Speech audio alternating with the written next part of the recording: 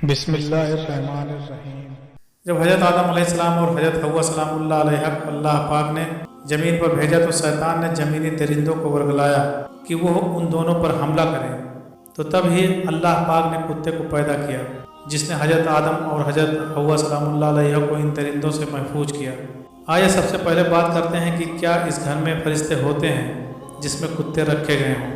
اس بارے میں سب سے مستند حدیث پاک جس کا حوالہ بخاری میں ملتا ہے، اور اس کے علاوہ یہ حدیث تقریباً تمام مستند کتابوں میں ملتی ہے، جیسا کہ مسلم شریف، سنن ابو داؤد اور مسند احمد وغیرہ میں روایت کچھ اس طرح ہے کہ حضرت میمونہ رضی اللہ تعالیٰ عنہ فرماتی ہیں کہ ایک دفعہ حضور نبی کریم صلی اللہ علیہ وسلم بیدار ہوئے تو غم اور پریشان تھے۔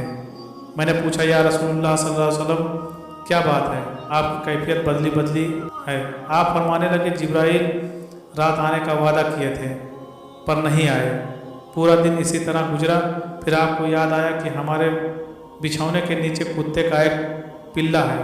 حضور نے اسے نکالنے کو کہا اور اپنے دست مبارک سے اس جگہ پانی چھڑکا۔ اگلی رات جب حضرت جبریل علیہ السلام آئے اور کہا ہم اس گھر میں داخل نہیں ہوتے جہاں کتا رہتا ہو۔ ایک اور حدیث پاک میں رسول اللہ صلی اللہ علیہ وسلم نے فرمایا جو شخص شکار ریوڑوں کی حفاظت یہاں کھیتی کی حفاظت کے علاوہ کتا پالتا ہے تو اس کے اجر سے 1 قرات کم کیا جاتا ہے۔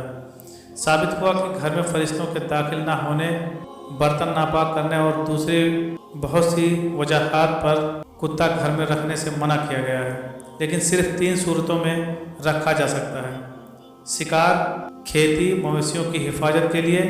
اللہ پاک نے انسان کو اشرف المخلوقات بنایا، لیکن پھر بھی اللہ پاک نے انسانوں کو وہ صلاحیت نہیں دی جو جانوروں کو بخشی گئی۔ انسان کو اللہ نے ایسی آنکھیں نہیں دی جو فرشتوں اور جنات کو دیکھ سکیں، لیکن یہ جانور جنوں اور فرشتوں کو دیکھ کر اندازہ لگا لیتے ہیں کہ یہ کیا لینے کے لیے یہاں آئے ہیں۔ جانور اپنی طرف سے ہم کو ہر طرح کی خوشی اور غمی کے بارے میں بتانے کی کوشش بھی کرتے ہیں، لیکن ہم لوگ جانوروں کی زبان کو نہیں سمجھ پاتے کہ وہ کیا بول رہے ہیں۔ جتنے بھی شیطان اور جنات ہیں وہ رات کے وقت زمین پر حاضر ہوتے ہیں۔ جب صبح کی اذان ہوتی ہے تو سب جنات اور بلائیں وہاں سے بھاگنا شروع کر دیتی ہیں۔ یہ منظر دیکھتے ہی کتے رونا شروع کر دیتے ہیں۔ کتا جب کسی علاقے میں بہت زیادہ اذان کے وقت رونا شروع کرتا ہے تو اہل علاقہ یہ سمجھتے ہیں کہ یہ کتا منحوس ہے، اسے یہاں سے بھگا دیا جائے۔ پیارے دوستو، لیکن اصل میں آپ سمجھ نہیں پاتے کہ اذان کے وقت کتا کیوں روتا ہے، کیونکہ کتوں کو پتہ چل جاتا ہے کہ اس علاقے میں کوئی مصیبت آنے والی ہے۔ جب اذان ہوتی ہے تو اس جگہ سے شیطان اور جنات بھاگنے لگتے ہیں، تو کتا رونے جیسی آوازیں نکالنا شروع کر دیتا ہے تاکہ انسان آگاہ ہو جائیں اور جان جائیں کہ اس علاقے میں کوئی نہ کوئی مصیبت رونما ہونے والی ہے۔ آئیے اب آپ کو اذان کے وقت جیل چیزوں کا خیال رکھنے کے بارے میں بتاتے ہیں۔ نمبر 1، ہمیں چاہیے کہ اذان کے وقت ایک دوسرے سے باتیں نہ کریں۔ نمبر 2، اذان ہو رہی ہو تو ہمیں کسی سے سلام کرنے کی بھی اجازت نہیں۔ اگر اذان کے وقت کوئی آپ کو سلام کرے تو اس وقت بھی آپ اس کا جواب نہ دیجیے۔ نمبر 3، اگر آپ قرآن پاک کی تلاوت کر رہے ہیں اور مسجد سے اذان کی آواز آئے تو قرآن پاک پڑھنا بند کر کے اذان کو بڑے دھیان سے سنیں۔ جو لوگ اذان کو خاموشی سے نہیں سنتے ان پر اللہ تعالیٰ سخت عذاب نازل کرتا ہے۔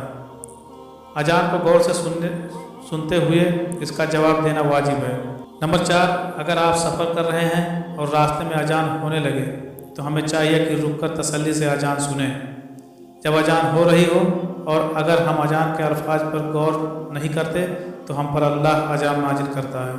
نمبر 5، اذان ہو رہی ہو تو کوئی بھی گانا، کوئی بھی میوزک سننا نہیں چاہیے۔ اذان کے وقت ہر قسم کے شور سے پرہیز کریں۔ نمبر 6، جب اذان ہو رہی ہو تو عورتوں کو چاہیے کہ اپنے سر پر کپڑے لے لیں۔ اذان کے وقت کبھی بھی پاؤں پھنسا کر نہیں سونا چاہیے۔ نمبر 7، اگر اذان ہو رہی ہو اور جو بندہ اذان کے وقت خاموشی نہیں رکھتا تو اس کا خاتمہ بہت ہی برا ہونے کا خدشہ ہے۔ نمبر 8، جس عورت کو حیض ہو اس کو اذان کا جواب نہیں دینا چاہیے۔ جو انسان پیشاب کر رہا ہو اس کو بھی اذان کا جواب نہیں دینا چاہیے۔ آئیے آپ کو بتاتے ہیں